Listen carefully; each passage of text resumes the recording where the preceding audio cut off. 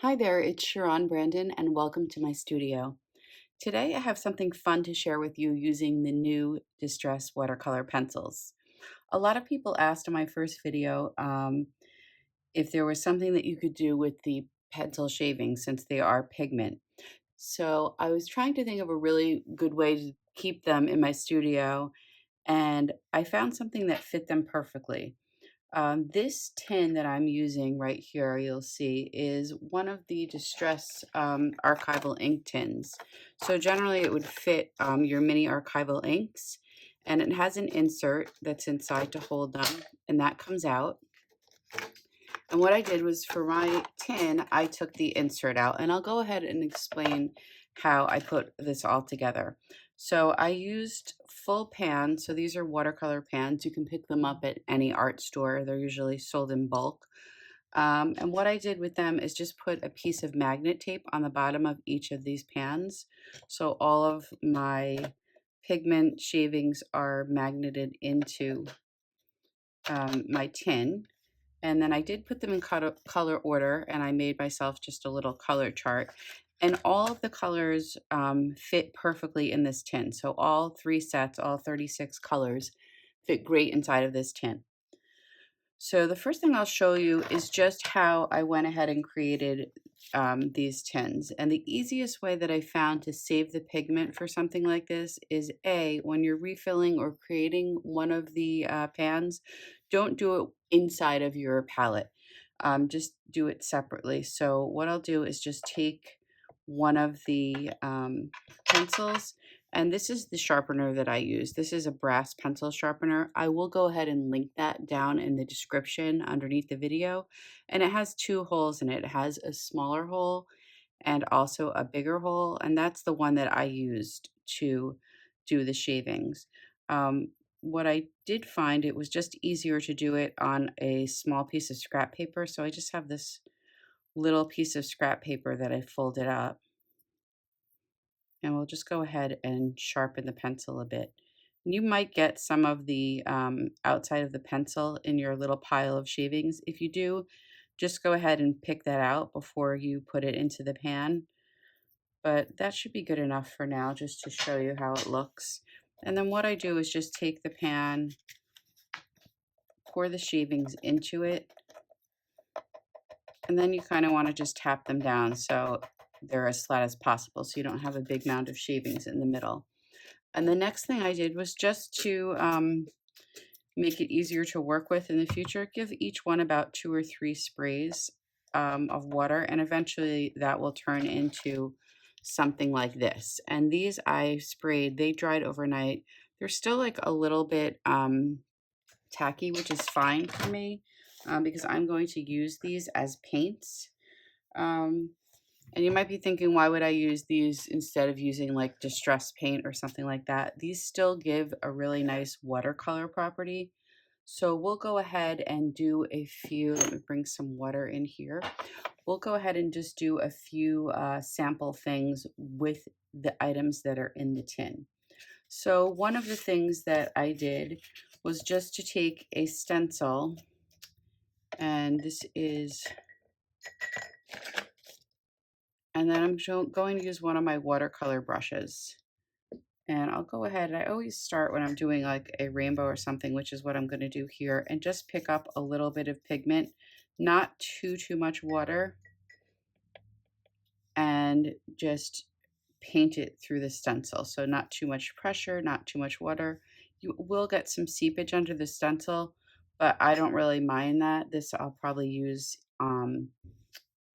as a background on a card or in an art journal or something like that. And we'll just go ahead and add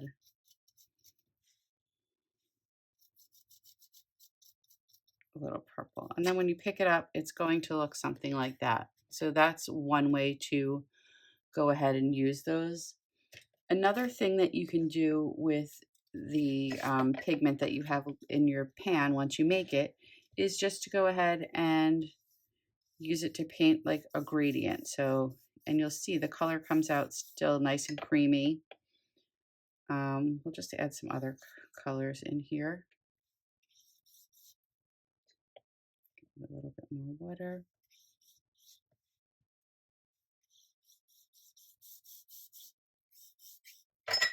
And we'll go ahead on the top and just add some pink. And you see those blend smoothly. So these would also be good if you were saving those pigment shavings, and just add a little bit of a darker blue on the bottom. If you were saving these pigment shavings for a project, it makes like a really nice creamy sort of paint. Another thing that I did do with these, and I'll just wipe this up real quickly, is just to make some, use this as a paint to make some like abstract type compositions. So I'll pick up some of that pigment, like I said, and these can be used also for backgrounds. These would be great to use with something like the Sizzix bold text dies. You can just make a real nice colorful background and then go ahead and then add, you know, your own sentiment on the top. And that's how that would look. And you can go ahead and fill this up with color. Another thing that you can do is basically the same technique. And the really bright colors, I think, work the best. But you can do this on the mixed media craft heavy stock. And it shows up really well. So I'll just make another quick background. And like I said, any of the bright colors seem to show the best. So I'm using the picked raspberry, now a little bit of mustard seed. I think the crackling campfire would look great here. It's really nice and vibrant. And go in and add maybe some peacock feathers.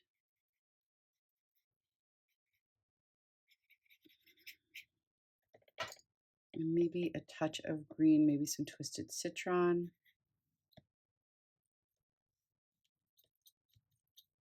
So need to add a little water to pick that up.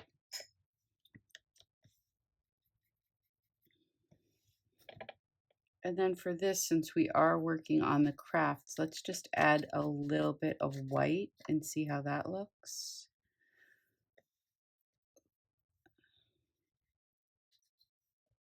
And I think that's really going to show up nicely. So that's how it would look on craft. So those are a couple of things that you can do with just what's in the palette, but I think it's nice to be able to have all those shavings of pigment right in one place, and this seems to be working for me so far. And let's look at a couple of other things that you can do with the shaving. So for this part of it, I'm going to take out a nonstick craft sheet. So here are a bunch of piles of pigment that I had from working on a coloring project, and I'm just going to spray them. Make sure you keep the sprayer down very close to the shavings when you're spraying them. If not, they're going to spray all over the place. So I just sprayed them about to the point where you see there's still some chunky pieces there, and we're going to use those. So the first thing I'm going to do is just take the smooth side, that's the side of the watercolor paper that I like to use, and press it into the shavings. You can probably get a couple of prints from this. And you have all of these chunky pieces. Another thing that you can do too, if you have a lot of chunky pieces and just a lot of pigment and liquid on your print, is take another piece of paper and just press it to the one that you've already printed, and you'll get something like that. So these are great to save for cards or other mixed media projects. So we'll let those dry. And then I think we can pull up one more from what we have on the mat. And as you go through and keep smushing the little pieces down, it's going to get less chunky, but you still have some of those bits in there. So I'll find a use for those sometime later in the week. And for this, I'm just going to wipe this off and then show you just two more techniques that I played around with using stencils. So for this first one, I just have another pile of pigment, and I'll go ahead and get another piece of paper out. Same thing, just spray it This time I'm only going to give it about 2 or 3 sprays. And again, spray it really close to the mat. If you spray it from high above, it's going to make everything fall all over. And I'm going to just scrape up this pigment and use my stencil again. And just scrape up a little pile here on the bottom of my palette knife, and then just spread it through the stencil. So I'll go ahead and work the pigment. It's not going to be perfect, but you'll see what it does do is add some really nice texture to the piece of paper. So it doesn't dry completely flat. You're going to get a little bit of texture with this.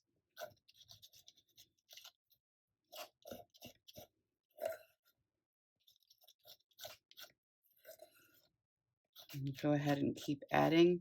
And as you can see, there's a lot of the pigment still on top of the stencil, so I'm going to go ahead and just lay it down here and take that piece of scrap paper that I had before and press it down. And you'll get a nice print there. So that's something also fun where we can just add a little more texture to. Now that this piece is dry, I have another pile of shavings. This time I have some salvage patina, and I gave it just a couple of squirts of water. And we'll do the same thing. We'll mix up those shavings into a little paste. And what I'm going to do with these is just use a different stencil. We'll use this one and just layer some of this on top of what we already have. So kind of overlapping some of the pigment that we already put down. Let's just add a little to the top.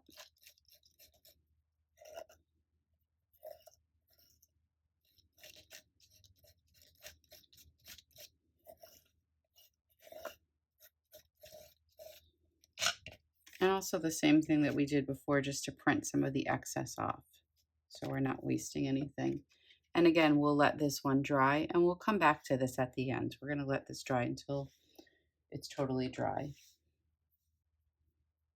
And for this last one, we'll just go with something that is brown. So I'm using the walnut stain pencil here. And we'll do the same thing that we did before. We'll just do something a little bit different after. And you can see I got a little too far away with my sprayer and sprayed some shavings everywhere. So just be careful of that. And for this one, I'm going to just use my finger and put some of the color right through the stencil.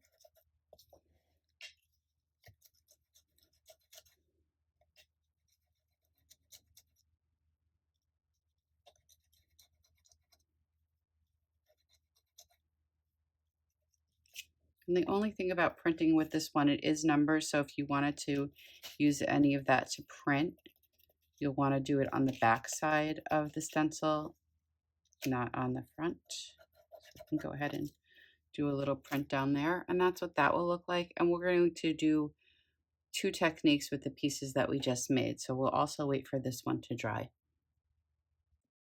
So now that this piece is dry, what I did with this is just put it inside of a splat box. I gave it a quick 2 sprays of water, which didn't seem to really react with the dried pigments that much.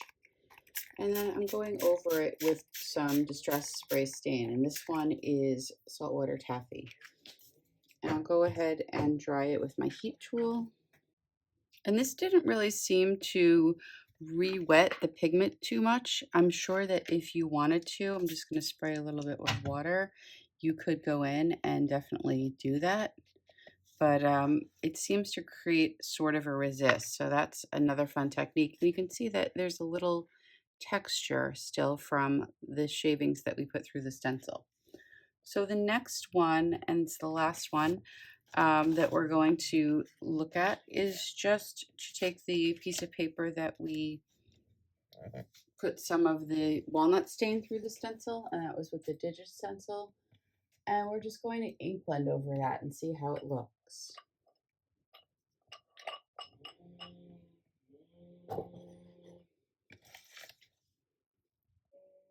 For the last one, we're going to take the piece of paper that we put walnut stain pencil through the digit stencil, and I'm just going to go over this with some Peacock Feathers Distress ink and see how it blends over the dried shavings that we put through. And it looks like it's also creating a similar resist type of effect. So I'll go ahead and just finish inking that up.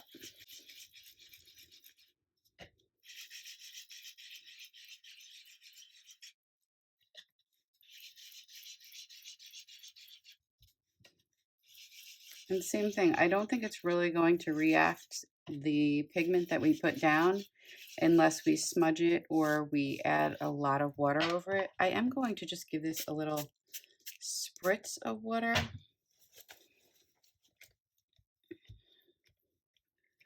And we have another background. So let's just take a quick look at the background. Here is the one that we made, and I'll take this out of the way. The one that we made with these, putting the pencil right through the stencil and just letting it dry, and then putting distress ink over it. Here's another one where we put the pencil shavings through a stencil, and like I said, these are a little textured. We did this with the palette knife, and we put some distress spray stain over it. Here are the ones where we're using the shavings from the palette, and this is painting on the craft. This is painting on the watercolor cardstock. This one is a gradient that we painted. This was just using a water brush or watercolor brush right through a stencil. And here are some of the different little experiments we made with just pressing the paper right into the shavings. So those are all of the things that we did today. And I'll just give you one more look at my palette. And for me, like I said, this is the easiest way for me to save everything that I'm using while I'm coloring, and I'm able to go back and really make the most out of it. So I hope you try this out for yourself. I hope this will work for some of you, and let me know if you have any other ideas for using shavings in the comments. Thanks.